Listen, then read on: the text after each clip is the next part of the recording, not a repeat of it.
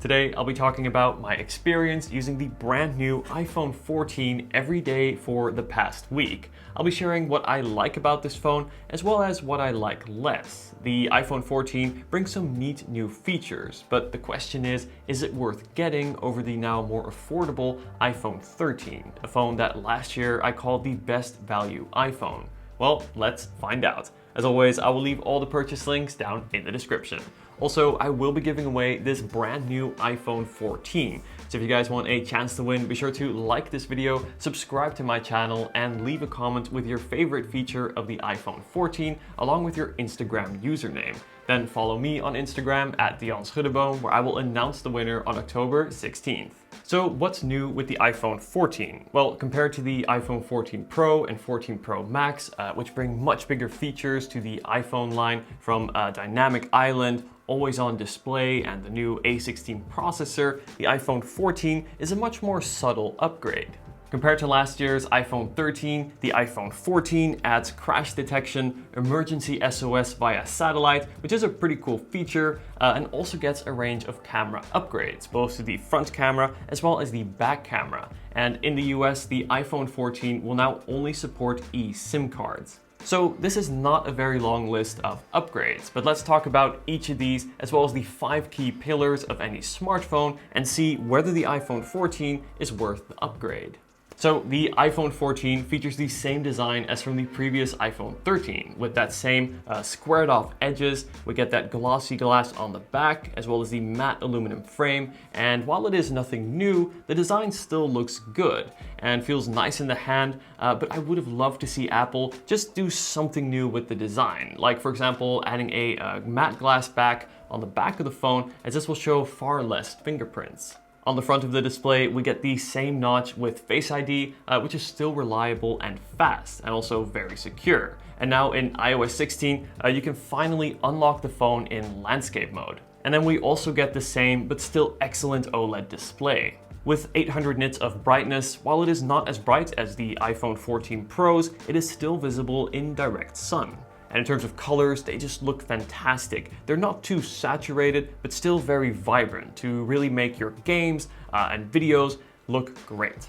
I do want to touch on refresh rate, as the iPhone 14 still has a 60Hz refresh rate. Now, compared to the 120Hz refresh rate that you'll find on the iPhone 14 Pros and many Android competitors at the same price, this won't be as fluid or smooth. Now, if you're not used to 120Hz, I think the 60Hz display on the iPhone 14 is still great, especially considering how smooth iOS generally operates. But still, it would have been nice to see just a slight bump up, even if it were like 90Hz. And this here is really important. The iPhone 14 features the same ceramic shield on the front of the display as compared to the iPhone 13. And while this is quite crack resistant, it does scratch really easily. So I definitely suggest getting a screen protector from day one to protect your display. I'll be sure to leave my recommended screen protector down in the description. And this brings me to the first real upgrade that the iPhone 14 gets, and that has to do with the cameras. Now, these are still two 12-megapixel sensors, but the main wide-angle lens sensor is now larger, also with larger pixels, and it's also faster, going from f1.6 to f1.5. Now, what does this mean? Well, this allows for more light to come into the sensor and will ultimately result in better photos, especially in low lights, where Apple say you get a 49% improvement. And then to add to that, there is the new Photonic engine, which uses software to further enhance and improve your photos digitally after you take them. Now, comparing photo samples from the iPhone 14 to the iPhone 13, are they hugely different? Not really. The differences in photos are mostly only visible in low light scenarios, where the iPhone 14 does get brighter and retains detail slightly better. Also, taking long exposure photos is quite a bit faster on the iPhone 14.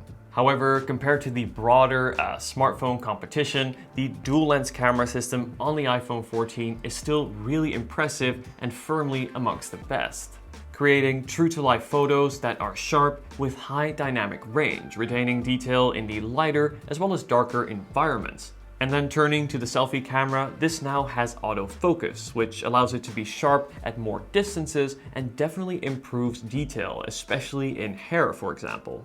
And then when it comes to video, we now get a new mode called action mode, and this provides almost gimbal level of stability, which is noticeably better than on the iPhone 13. The only downside though is that this mode automatically selects the ultra-wide lens, which is not as good, so I definitely suggest manually switching to the wide lens. This will crop in or zoom in slightly, but is less noisy and sharper. For many years now, iPhones have been known for their camera quality, and especially video quality, and the iPhone 14 definitely upholds that reputation, providing the best video quality at this price. One of the big differences this year compared to previous years is that only the iPhone 14 Pro and 14 Pro Max get the new A16 chip, while the iPhone 14 gets the same A15 chip from last year. More specifically, the A15 chip from the iPhone 13 Pros, which does add one extra GPU core, and Apple says adds around 18% improvement in performance. Would I have liked to see the A16 processor from the 14 Pros in the iPhone 14? Yes, but the A15 chip is still an absolute beast and will definitely perform well and smooth for easily the next 4, 5, even 6 years. The difference between the A15 and the A16 will only really start to show in normal day-to-day use years down the road. Rest assured, the iPhone 14 is super fast and smooth to use, with no lag. Apps stay open for long in the background, and switching between apps is seamless, just as I expect. Let's get back to some new features. Now, the iPhone 14 introduces two big safety features, and the first is crash detection. Now, as the name implies, this feature will detect if you're ever in a severe car crash, and then if you do not respond, will automatically call emergency services on your behalf. Now, this is the kind of feature I certainly wasn't able to test and hope to never need, but is still reassuring to have. And then second is emergency SOS via satellite, and this allows you to connect to a satellite from anywhere, even without cell service, to send a message for help. Say, for example, you're out hiking, skiing, or even driving in a remote area, this feature could literally save your life. Now, as someone who lives in London, I don't worry much about losing my cell service, but on holidays, this is a feature I definitely want. If your lifestyle involves a lot of outdoor and remote sports, then this feature alone may be enough to get the iPhone 14.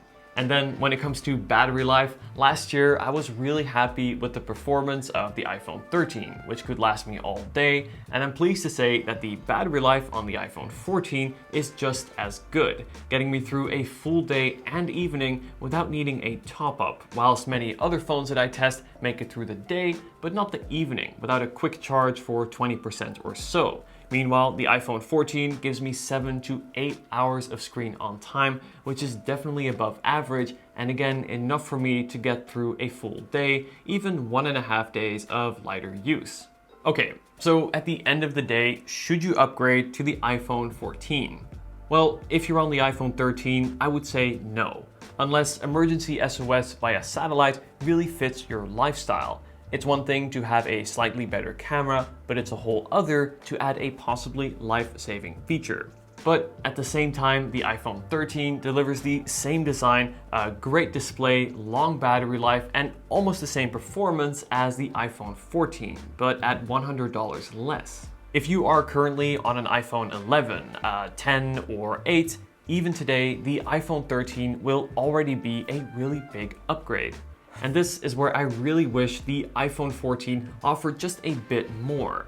Yes, the new safety features, camera upgrades, and the possibly 1 year of additional software support that you get with the iPhone 14 compared to the iPhone 13 is nice, but for $100 less, I think the iPhone 13 is still a really compelling phone that I think most will be very happy with. I am curious to use the upcoming iPhone 14 Plus, as on this phone, you get a larger display and even bigger battery. Now these are big upgrades. This year, I think Apple is really trying to push people to the Pro line, as this is where all the major upgrades are. Be sure to stay tuned, as I will also be reviewing the iPhone 14 Pro and 14 Pro Max.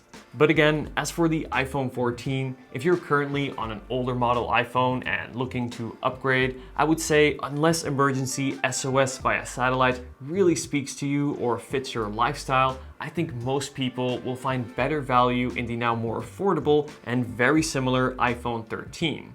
That's how I see it. But what do you think? I'd love to hear your thoughts on the iPhone 14 in the comment section, and let's have a chat. Be sure to subscribe for much more iPhone content coming very soon, and of course also to enter my iPhone 14 giveaway. Thank you so much for watching, guys, and I'll see you in the next video. Take care.